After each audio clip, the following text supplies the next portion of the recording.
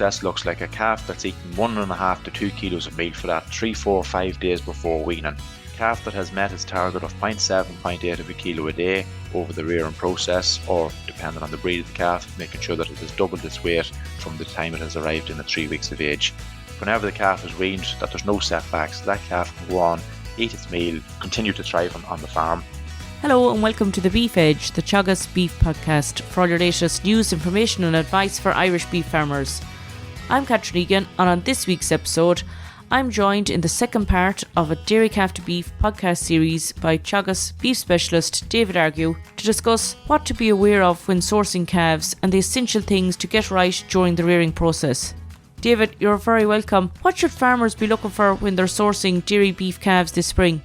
So I suppose, look, one of the first things that farmers need to be looking at this spring when they go buying calves is, look, they obviously want to buy in a calf that is going to be problem-free, or as problem-free as they can get, so that there's no issues with that calf whenever he arrives on the farm, that it's going to be staying on for the next 2 years up until slaughter. They want to try and buy a calf, obviously, that is coming from a very healthy and trusted source, an animal that will not disappoint at slaughter. So we want to buy an animal with as good a genetics as possible, so that it's going to put on plenty of weight, thrive properly, and it's going to hit a desirable carcass weight when it comes to slaughter time. Look, we know this year in the last 12 months calf prices have increased dramatically, so they have. So look, we want to try and get as good a value for money where possible.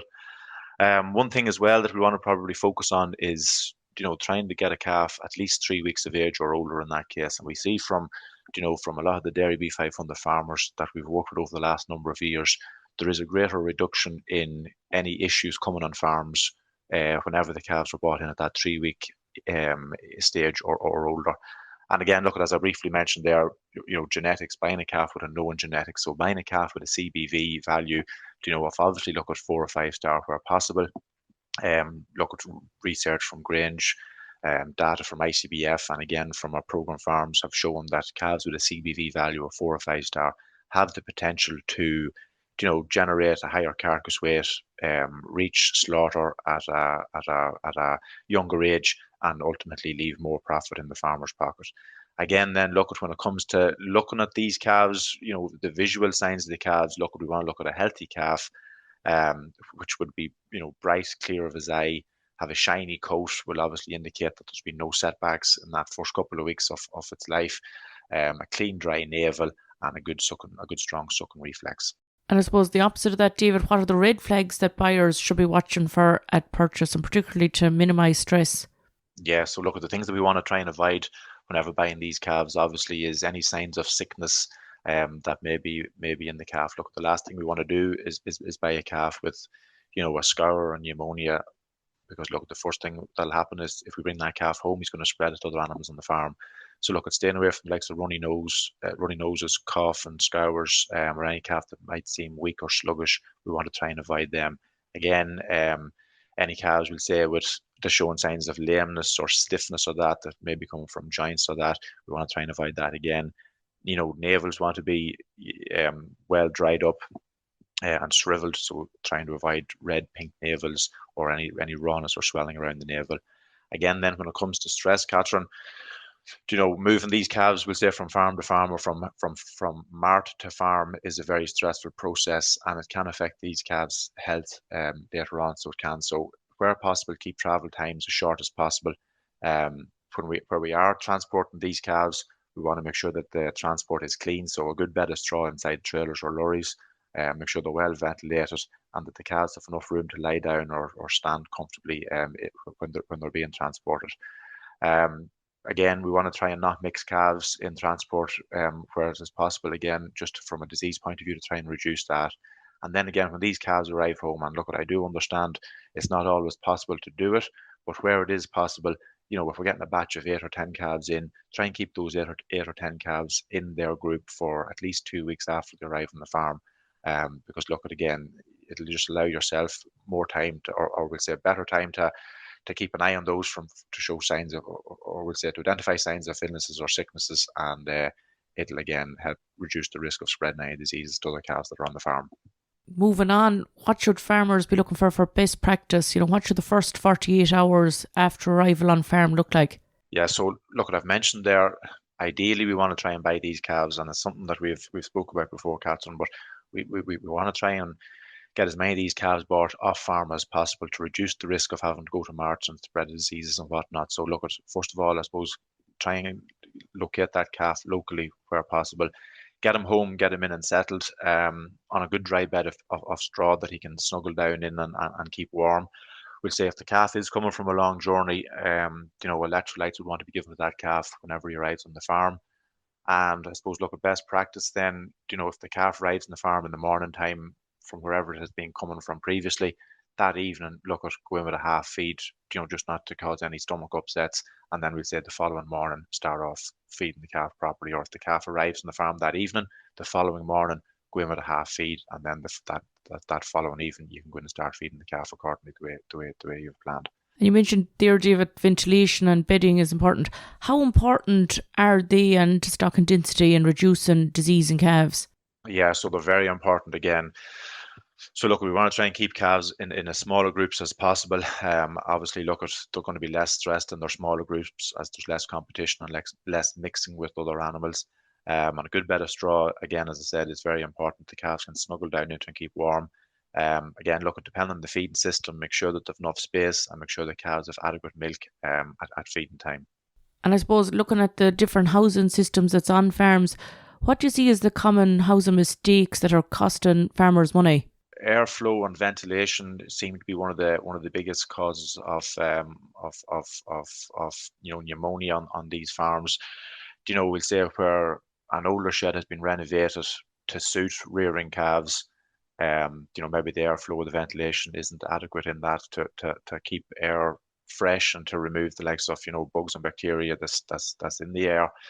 In some cases, then doors may be left opened to try and fix this problem, but in actual fact, it leads to greater problems because it creates a draft inside the shed. So I would say probably having airflow and ventilation, more so airflow to keep the air fresh, is probably one of the biggest things that's causing an issue on these farms. When it comes to sourcing a good milk replacer, David, what are the important things for farmers to be aware of? So the first thing would be look at the spec of the milk replacer. Spec, is going to tell you an awful lot about that milk replacer. I'll just mention that in a second. But the second thing is, Catherine, price is not always the most important factor when it comes to milk replacer. We sometimes speak to farmers and they think they're getting a great deal getting milk replacer bought at, 47, 48 euros a bag. And look, maybe it is fine, but it's not always the case that, the best milk replacer is the cheapest or the best is the dearest. So it's important to look at that spec of the milk replacer. So we obviously want it to be coming from a skim or a whey-based product. We want a protein to be 23%. We want the milk replacer to be easy to mix and obviously not to be too high in oil or ash content. And look, one thing I would say, Catherine, if you have been previously using, a certain product in the past and it has been working and calves are achieving their daily life weight gain and they're, being weaned adequately to your satisfaction, there may not be any need to change. So look, if a certain milk replacer is working well in your farm, stick with it if you're happy with it. You touched, David, there on, getting up to weaning. What would be the target daily live weight gain that farmers should be targeting in the first 12 weeks of life? In a lot of cases, Catherine, we mentioned at the start, we're buying these calves in at 3 weeks of age. So they're probably going to be in the region of 40 to 45 kilos at that stage. Our target in the next, 8 weeks or so is to have that calf double its weight that it was when it arrived first on the farm. So we're looking to get that calf up to 85, 90 kilos at the point of weaning. And in order to do that, we're looking at a 0.75 to 0.8 of a kilo of a daily live weight gain per day from that 3 week stage to 12-week stage. And just touching on concentrates, David, when should concentrates and forage be introduced to the calves? So look, at as soon as the calf arrives on the farm at that 3 week stage, Catherine, we can start to introduce concentrates. So we can. A couple of things that we just want to note whenever we're introducing concentrates is obviously we want to have a very high quality calf starter available for these calves. And let that be in the case of a crunch or in a pencil, it makes no difference once the quality is in it. The other thing is it needs to be very palatable to ensure that the calves will continuously go to it at the start whenever you introduce it first to get them started to eat it. Keep it fresh. Don't allow it to get stale in the troughs. The calves will be nosing around it, and it could possibly go off very quickly. So keep it as fresh as possible over the course of the first couple of weeks whenever we're starting to introduce these calves.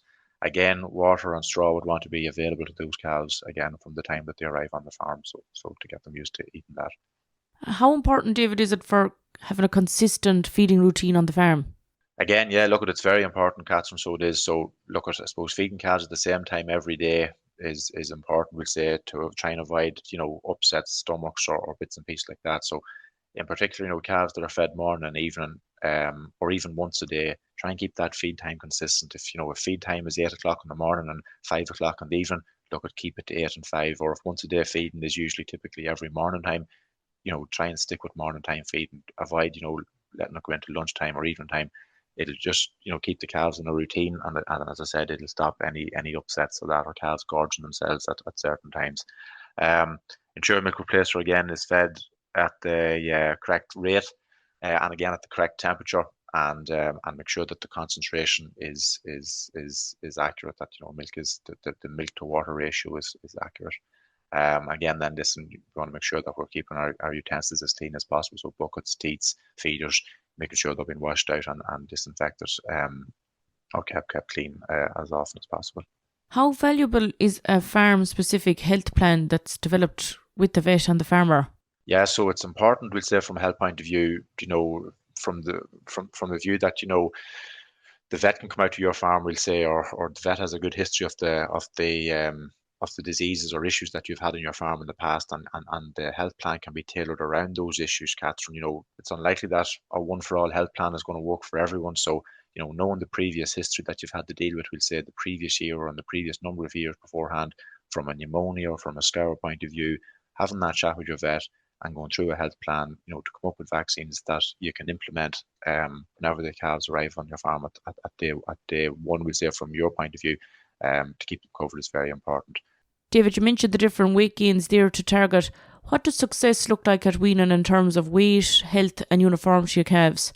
In my opinion, Catherine, success looks like a calf that's eaten 1.5 to 2 kilos of meat for that 3, 4, 5 days before weaning. Again, a calf that has met its target of 0.7, 0.8 of a kilo a day over the rearing process, or, depending on the breed of the calf, making sure that it has doubled its weight from the time it has arrived in at 3 weeks of age. Again, whenever the calf is weaned, that there's no setbacks, that calf can go on, eat its meal, and continue to thrive on the farm. And again, look, when the calf is turned out to grass, that his rumen is fully developed and it can transition onto grass successfully and not have any issues, with bloat or with scours or so on. So, look, I suppose that to me, Catherine, is a successful rearing, that you have hit your daily life weight gains. Your calf is eating meal, that 1.5 to 2 kilos before weaning, and whenever you turn that calf out to grass, it continues to go on, and there's no dip in thrive, we'll say. You've covered an awful lot there, David. I suppose if you were to highlight, what would you say are the 3 things that farmers should focus on this spring when it comes to rearing calves? I suppose one of the first things, Catherine, that I would say is trying to buy these calves from a trusted source, someone that you know that has given the calves a good chance in the first 3 weeks from a colostrum point of view, from a health point of view, and knowing that those calves is going to go on and thrive well on your farm when you get them in.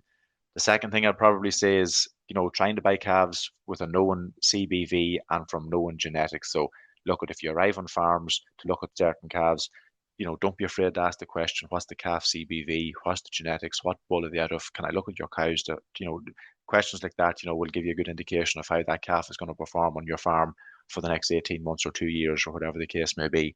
And finally then, Catherine, I'd say a good health plan is one of the most important things that you can have for whenever these calves do arrive on the farm. Have a health plan in place and a protocol that you can follow, that every calf arrives on the farm, he gets a shot of his pneumonia vaccines, his electrolytes, whatever the case may be. But having a health plan in place is probably one of the best things that you can have for whenever these calves arrive on farm, to reduce the risk of disease and sickness spreading amongst other calves. That's great, David. Thanks very much. Lots of useful information for farmers this spring. No problem, Catherine. Thank you very much. That's all for this week's episode, and my thanks to David for joining me on the show. You can catch up on all other shows and interviews from the Beef Edge podcast on the Teagasc website at teagasc.ie, or you can listen on Apple and Google Podcasts as well as Spotify. Don't forget to rate, review and subscribe so you never miss a show. For all other updates from our beef programme, keep an eye on our Twitter and Facebook pages. Until next time, I'm Catherine Egan and thanks for listening.